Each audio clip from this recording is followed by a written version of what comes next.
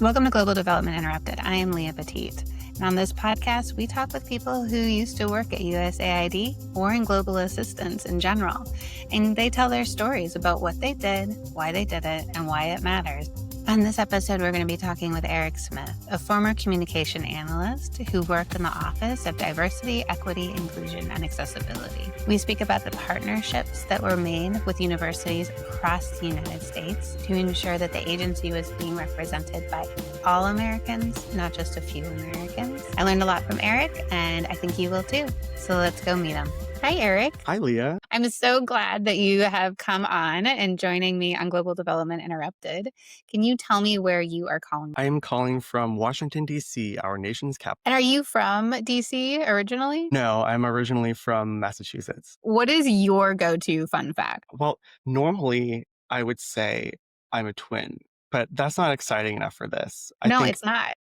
for this, my fun fact is that I was the vice president of the Youth in Action Club when I was in high school, which is a real good sign of what was to come, ending up working at USAID. And you grew up, tell me again, you grew up in Massachusetts? Yes, a little town called Kingston, which is right next to Plymouth of Pilgrim fame. Were you in competition with Plymouth, like for the coolest city, town? I don't think anybody was going to contest Kingston being the coolest, so no. And would you say when you were growing up in Kingston, was there a community there that sort of shaped you into thinking that you wanted to work towards something like global development in the future? Not necessarily. Growing up religious and going to Catholic church all the time, I think helped me along the way in having a sense of duty to others and that helping people is a virtue and that you should just generally try to live a moral life and leave it better than when you found it, which I suppose is not just a Catholic thing. It can be in many different value sets, but that was just the particular spark that lit a fire inside of me to lead a life in service. Was Catholicism a big part of growing up for you? I would say so. My family wasn't exactly like Bible thumping, but it was important for both sides of my family that uh, I and my brother be raised in a religious family, and we were altar boys for a while. And so you had Catholicism. What about your family? How did your family shape you? You know, it's funny, when I was doing youth in action in high school, I got the same responses from my family as when I started working at USAID, which was really, why aren't we helping people in America? Like this, it's great that you care, but you should help people here first. And of course, it really just gave me practice for the arguments that I would get from people later when I was working at aid, and also with the same responses from my family. So I didn't really get that much encouragement as far as international development and uh, bettering the world beyond borders. So actually like a real conflict there, right? You have this foundational space of Catholicism saying to do unto others, be better for others, work for others. And then you have a family who has put you in that space saying, but why not just for the United States? I mean, that seems to be a pretty common dichotomy with conservative Americans in general, where it's, I would say, fairly obvious teaching of Christianity in general that, like, help thy neighbor, treat strangers as your own, be generous and giving to others who have less than you. Those are pretty big tenets of Christianity and other religions as well. And that's pretty much in conflict with the idea of, it does help people here, but also helping people here is not really something we want to do either. That could be a whole rabbit hole discussion in and of itself, but it's definitely something that I've thought about a lot, both growing up and in my life now. My question to you is there seems to have been a lot of different influences in your life, your family, your religion, your high school, which is so cool to hear about education having an impact. What shaped you to say, okay, maybe I want to work with government? Oh, I mean, it's hard to even think about that because I've always just cared very deeply about everything. It's just who I am as a person. I have a strong sense of justice, and I saw government as, especially as an American and being raised in a post 9/11 world of extreme patriotism and nationalism. It was something that I couldn't avoid. It was on the radio and TV. My mom, to this day, is quite a news addict. And I always heard Rush Limbaugh on in the car driving around or Fox News on in multiple TVs on the house, even sometimes. So I was constantly being bombarded with different opinions and ideas of what the world should be like. And at first, I absorbed a lot of those ideas. And fortunately, it didn't take long for me to start talking to other people, either at school or pen pals, reading things online, what have you, for me to realize, I actually think a lot of this is wrong and this doesn't really seem like a great way to go about things. So I'm going to work to make the world a better place, actually, and establish my own beliefs and value systems. Eric, it also sounds like that you had some strong conservative influences in your life. Certainly. For a little while, I was the only liberal in my family.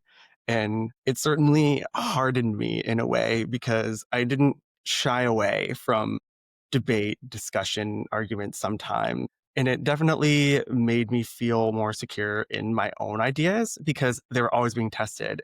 How do you think you became a liberal in your family? That's such a good question. I mean, full disclosure, it doesn't hurt that I'm gay and I accept it. I understood and accepted who I am pretty early. Being told by other people how bad that is certainly not an appealing trait for a political movement. I also have always been fascinated with Europe. And I had a bunch of pen pals back in the day. And of course, during the debate around Obamacare, American healthcare was the big thing, the big topic of discussion. Any European could tell you that they think, however we do things here, whatever system, if that's what you want to call it, is pretty scary to them. The idea that healthcare should be based on profit first instead of results, I think doesn't make any sense. And so do probably most people in this world. Having a more international viewpoint definitely colored my political views. Who were your heroes growing up? So I don't think I had any one particular hero. I was more interested in general in like the idea of the founding fathers and reading their nuances and complexities. And I, growing up religious, I was really interested in the ideas that actually the founding fathers were part of the tail end of the Enlightenment and the idea that Western civilization, whatever that means, was finally coming out of these darker times and you could start being less inhibited by religious ideals and start thinking more rationally and scientifically. So essentially, what you're telling me is that, like, the great thinkers of America, essentially what created America through history, were your heroes. And it sounds like, why wouldn't you go to government if those are your heroes? Yeah, I suppose so. So when you started your career, you didn't start at USAID. You've moved through a lot of different agencies and departments in the United States government. Can you tell me, just give me each one until you got to USAID? Sure. I was at the Department of Defense, and then from there, I went to the Department of Health and Human Services. And from there, I went to USAID. When someone would ask you about your job at USAID, family, friends, how would you explain it to them? That's really funny that you say that because I worked primarily in the Diversity, Equity, Inclusion, and Accessibility Office. And at first, it wasn't as much of an issue. So I was a little bit more upfront about with what I did, supporting particularly kinds of projects in recruitment, pipeline strategies, partnerships with schools, policies internally to make the workplace as hospitable and positive as possible. But as time went on, DEI became a black spot on your resume.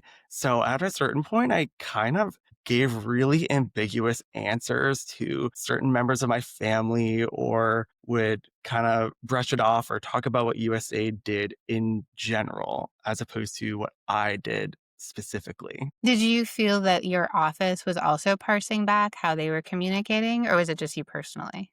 Everybody was in varying degrees. Even towards the beginning of our tenure, we were more aggressive with what we were doing, and we were a brand new office. So we really wanted to make a mark and have thought leadership. Because one of the things that I really like about the government is since it's not profit driven, and I think everything about the government should be stand as an example to both the country internally and the world, you can afford to be thought leaders. You can afford literally to set the example of how you treat your workforce, of different practices and policies. So we were pretty optimistic about what we could do, or at least hopeful. And we would have cooperations with even at the time, the ranking member of the Senate Foreign Relations Committee, ranking member being the highest level of the minority party person, senator from Idaho. He was asking my boss's boss all about, okay, well, you want to recruit people from marginalized or underrepresented backgrounds. What about people from rural areas? Which I think is an excellent question, particularly for a senator for Idaho. And we said, you know what? We're going to try more. And here's what we're doing. Here are the schools that we're working with. I personally went to Fayetteville, North Carolina, and worked on a huge partnership that we were building with them. They are a historically Black university, and they're also very close to what was then Fort Liberty and is now Fort Bragg again. So we also had that Army component going on. We were really trying to make sure to check all the boxes, both on the inclusion and in ways that could be what we were hoping bipartisan. Obviously, that didn't necessarily work out. What would you have done differently, knowing what you know now? I don't think that I would have changed too much. I probably would have, if anything, leaned harder into the DEIA of it all. And towards the end, or really middle end of the tenure of our office, both Samantha Power, the administrator, and Nene Diallo, the chief DEIA officer, kept telling us, rightfully so, spell it out, because it's easier to demonize DEI as this mishmash of letters, as this concept that you can morph into something else. But if you say diversity, equity, inclusion, and accessibility, what's not to like about that? Or at the very least, you make the people say it with their chest. Because I know that many people in the current administration don't like diversity. And that just takes me to my second question for you in this vein, because Senator was right when he asked, what are you doing about rural America? Because that is also a definition of diversity.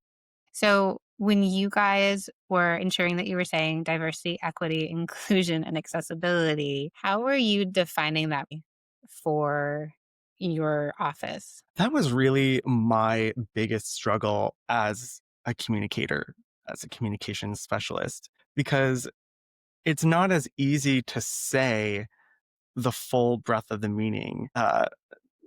They all together, it means something like pie in the sky, but individually, you would more parse it out and apply it to different situations, because that's really what the office did. We worked on a whole bunch of different issues. From diversity could be racial diversity, it could be gender diversity, it could be religious diversity. We also try to frame it. People would tell us this seems like an American problem, an American issue. We don't know how to talk about this in the missions in West Africa, for example, which is where Nene Diallo, our director, has roots. And she used examples of, there are people in different countries in West Africa who, if you're depending on your ethnic group, you might be an in group in the government. It was a colonial tactic among the British, the French, the Belgians, whomever, to in these countries that were drawn on lines that didn't mean anything to the local populations. They would purposely pick one ethnic group to elevate them in positions like civil service, police, whatever, so that then other ethnic groups would resent them and be envious. It's a lot easier to rule over divided populations than millions of people who you are literally oppressing and extracting wealth from their country to benefit your own. And these things spilled over a lot. to the point where there was a literal genocide in Rwanda over this. And that diversity, equity, inclusion, it looks different. It means something different and comes from a different place depending on where you are, but it doesn't make it any less important. So we would always push back and frame it using local lenses. And that can even apply in the United States, depending on, are you in the South? That has a much different cultural dynamic than being from Massachusetts. So it all depends. And that's the nuance of the world that makes it harder to get things across. Well, and it sounds like you were working with a lot of different audiences, right? You had the United States audience that was fighting diversity, and then you have the audience overseas in different countries and different communities that you were also working with. Yes. And in particular, we were trying to get staff and different missions on board with this first so that we could have not just effective communication on all levels of USAID about these concepts, but also to build an institutional memory, a cultural shift instead of just passing messaging. And especially now when USAID is gone and so many other government institutions are being rocked to their core. My hope and my belief is that at some point we will get through this and the United States and our government will emerge stronger and rebuild. Somebody has to do the rebuilding. And these cultural norms and ideas have to come from the right places and from people who know both how the government works and understand the nuance of the populations we deal with. So you keep talking about these partnerships that you were having with schools, and I assume those were schools in the United States? Yes, we had an entire initiative of working with, we call them minority serving institutions. And that included historically Black colleges and universities, Hispanic serving institutions, tribal colleges with Native Americans. It's probably our biggest partner, certainly not the only one, was Florida International University in Miami. And that is the largest Hispanic serving institution in the country. My first trip, my first work trip, was down to Miami for our Hispanic Serving Institution conference.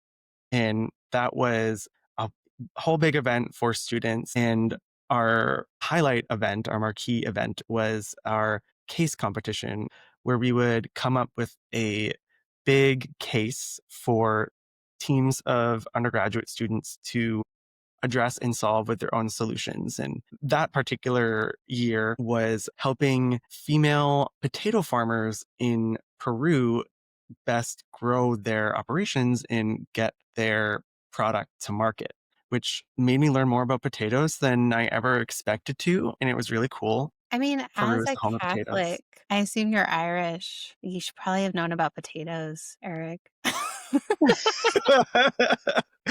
I knew about them, but I didn't know as many of the details. I mean, side note, part of the problem with the Irish potato famine was they were all similar strains of potatoes. There are True. hundreds of strains of potatoes in South America, but the way that agriculture works usually weeds out all but the Are few. you saying you need diversity in order to stop famine?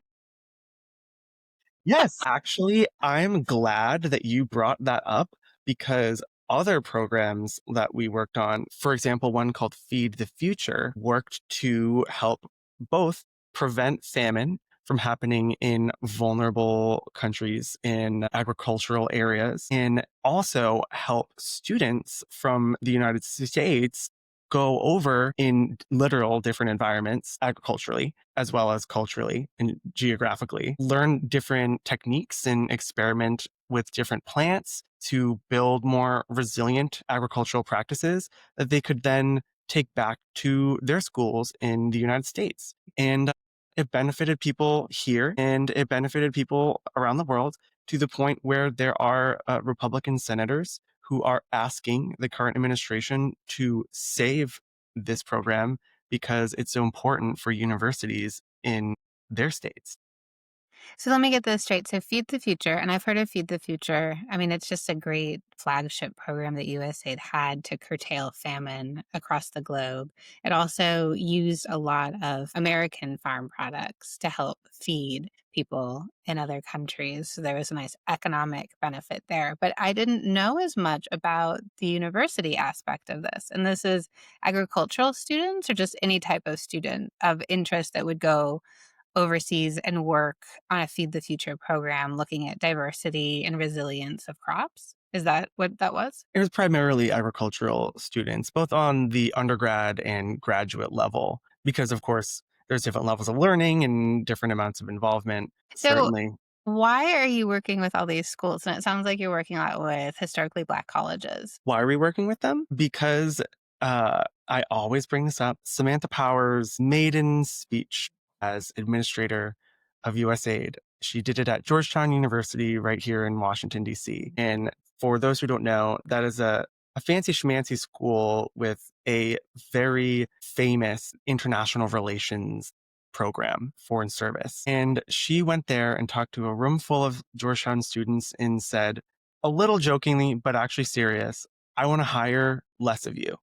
I want to hire fewer of you because we don't need as many people from the big fancy schools with fancy pedigrees all going through the same pipeline. We want to have a diversity of thought, of background, of people who will literally and figuratively represent the United States. It's really important that we have people when you go abroad, when you're helping communities, when you're bringing different insights, different life stories and backgrounds, that you are connecting with the full and wide breadth of the American experience so that people understand that what it means to be an American is not the same thing for everyone. I love it. And it reminds me of when we talk about that diversity in the pipeline of the Ivy League into government. I had a friend who went to Notre Dame and she was being interviewed for a job at the State Department. And they said, "Oh, it's so nice that we're interviewing you. We're seeing some diversity because normally we just hire people from Yale." So it's true. And Samantha Power would rightfully said, we need more Americans in government, not just a small few from a small community. Okay, so now we're going to transition to you were working in the diversity, equity, inclusion, and accessibility team, and Trump took office January 20th, 2025. What happened? Like insta kill headshot to our office. We got a notification as soon as someone could type up an email and hit send telling us that within 48 hours, the DEIA office would be no more. And that's what happened. I was the tip of the spear of losing my job. The whole office disappeared overnight. It was really sad. I mean, what were you working on at the time? You know, a lot of it is a blur, I'll be honest, because we're so anxious and apprehensive to really at that time, we're trying to save everything, whether it was our materials or our programs. We were in panic mode, in survival mode to try to couch the programs we were working on in other places, or at least make them able to survive the toxic nature of what interacting with us ended up being. Now, of course, we didn't know USAID would disappear, and a lot of other people didn't either. So they were trying to distance themselves from our office. But for the most part, we were trying to leave our partnerships in as good shape as possible so that they could keep going and that they could survive. And what were those partnerships? Pretty much every single partnership, so many partnerships with schools from Florida International to Delaware State to Fayetteville State to Prairie View in Texas, University of Hawaii, Manoa, programs of professors from across the country to go to different sites to learn about trees and forestry, our fellowships with people from Colombia, or our Payne fellowships for students in the United States to become foreign service officers with USAID. Just so many different things that we had so much hope for the future about that are now gone. So it sounds like it was a lot of partnerships, one to make government more representative of the entire country. You've just talked a lot about a lot of red states and the partnerships with those universities to be represented in government. And then also the connections and the goodwill that were being established with other countries and the learning that was lost around agricultural and ecological programs. So just a vast amount of things that were suddenly crumbled. And maybe not something that people would think of as diversity, equity, inclusion, and accessibility, but was what you were working on. Yeah, I mean, you could stretch the definition of diversity, equity, inclusion, and accessibility to so many different parts of everybody's life if you think hard enough. And I guess that's kind of both the magic and the difficulty of DEIA as a topic. I always think about the fact that pretty much a key weakness of the left in the United States in particular, and a strength of the Republican Party, is that it's harder to say we should keep these programs because they're good and here's what they do, as opposed to cut everything, no taxes. That fits on a bumper sticker. The nuance of DEIA does not fit on a bumper sticker. I mean, we have those fun little coexist things that we see, but like, what does that mean? Or those signs that people that will put in front of their houses, like in this house, like Black Lives Matter and like we believe in science, et cetera, et cetera. That gets lost in the sauce. The world is full of nuance, but people's brains don't like nuance. What is something that you would like Americans to know about what your team did at USAID that maybe they don't understand and how it impacts them even today? Most Americans benefit in some way from being intentional to broaden the scope of what we do in the government or even in the private sector. The odds are you're not a millionaire. So maybe it's good to be intentional about including people who couldn't afford to go to a really fancy school, or your accessibility in particular. You could become a member of the disabled community at any moment. You could get hit by a car, and then suddenly start needing to think about ramps and elevators and all these buildings. Well, suddenly diversity and inclusion is handy for you to not exclude people based on their religion. You never know when you're going to need proactive initiative until it happens to you. And there's no fixed social practice that can't be changed. So let's try and make it so that we have a culture in general that doesn't leave people out. On its face, it sounds great because it is. There's no catch. If people are really mad about having more people who are slightly different from them, then that sounds like a skills issue and maybe you should work on that. Also, you never know, you might be the diversity hire. My friend went to Notre Dame and she was considered the diversity hire. Exactly. All right. What is something though that continues to give you hope with everything that you're seeing right now? It's very cheesy, but the way that people from the international development community have come together, even after all this time. I know it hasn't been that long, but I guess in as far as news goes, it feels like it's been 7,000 years. The way that we've been coming together to support each other and save our institutional knowledge and memory and practices of international development has genuinely given me hope. And I mean, the way that we've met each other is connecting through one aid and people who want to be intentional about sharing stories and helping people help people more now and in the future. And you keep mentioning you host a podcast. Can you tell us about that podcast? Yes, I have a podcast called Deep Cuts, and I have a whole bunch of stories from other people who worked for or with USAID, sharing their stories about that work that they did, where they came from, sort of like what we're doing now. Where can they find it? You can find it on almost any platform podcasts are streamed, from Apple Podcasts to Spotify to iHeartRadio. Eric, thank you so much for taking the time and talking with me today. It's been a pleasure learning about your background and all the work that you did in diversity, equity, inclusion, and the importance of the potato, which I think everyone should know. Potatoes are great. That's the real takeaway here. Truly is. That's the takeaway. Diversity is needed. to sustain them, and we love them.